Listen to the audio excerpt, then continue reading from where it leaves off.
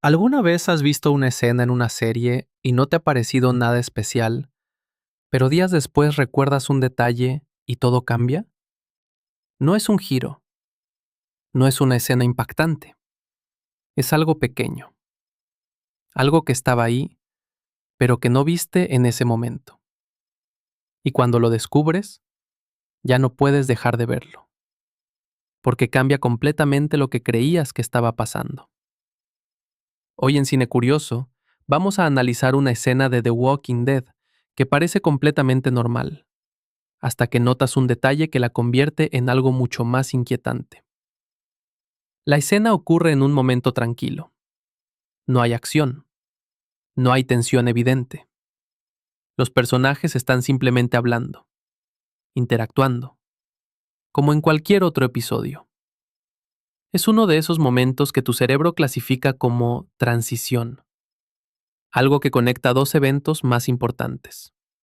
Y por eso, no le prestas demasiada atención. Pero ese es exactamente el problema. Porque esa falta de atención es lo que hace que el detalle pase desapercibido. En la escena, vemos a los personajes en un entorno aparentemente seguro. Han sobrevivido. Han encontrado un espacio donde pueden descansar. Hablan. Se mueven con cierta calma. No hay urgencia. No hay peligro inmediato. Pero si miras con atención, hay algo que no encaja. No está en primer plano. No está señalado.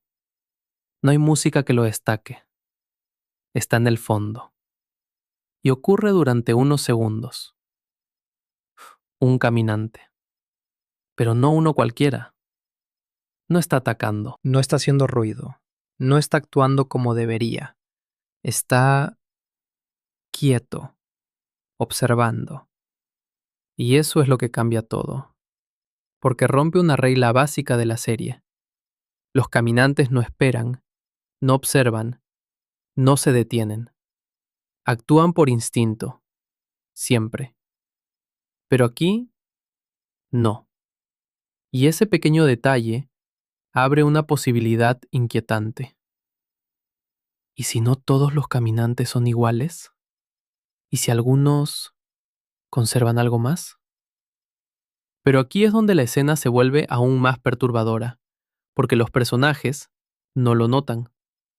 Siguen hablando, siguen actuando con normalidad, como si no hubiera nada fuera de lugar. Y eso crea una sensación extraña, porque tú, como espectador, empiezas a notar algo que ellos no ven. Y eso genera tensión. Pero no una tensión evidente, una tensión silenciosa, una incomodidad. Porque sabes que algo no encaja, pero no sabes exactamente qué significa.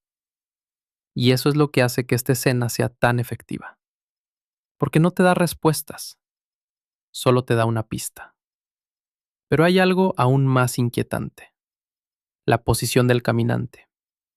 No está completamente fuera de la escena, no está escondido. Está justo en el límite, como si estuviera entre dos mundos, el de los vivos y el de los muertos. Y eso refuerza una idea perturbadora, que la línea entre ambos no es tan clara como parece.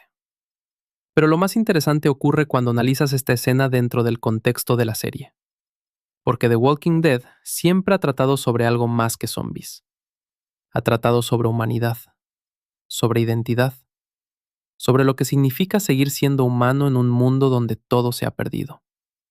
Y este detalle encaja perfectamente con ese tema, porque sugiere que incluso en la muerte puede quedar algo, un rastro, una sombra, algo que no desaparece completamente. Y eso es lo que hace que la escena sea tan inquietante, porque no necesitas que el caminante haga algo, su simple presencia ya es suficiente. Pero aquí es donde la cosa se vuelve aún más interesante, porque este tipo de detalles no aparecen por casualidad, no están ahí por accidente, están colocados, pensados, diseñados para pasar desapercibidos en el primer visionado y ser descubiertos después. Y eso es lo que hace que funcionen, porque cuando los descubres, la escena cambia. Y las anomalías en una historia así nunca son casualidad. Siempre significan algo. Siempre apuntan a algo más grande. Y aquí es donde aparece una idea muy incómoda, porque durante toda la serie se nos ha enseñado una regla clara. Los caminantes son predecibles, son simples, son instinto puro. Pero este detalle rompe esa regla. Y cuando una regla se rompe, todo el sistema deja de ser fiable. Y eso cambia completamente la tensión de la serie, porque el verdadero miedo ya no es solo sobrevivir, es no entender las reglas del mundo en el que estás. Y eso es mucho más perturbador.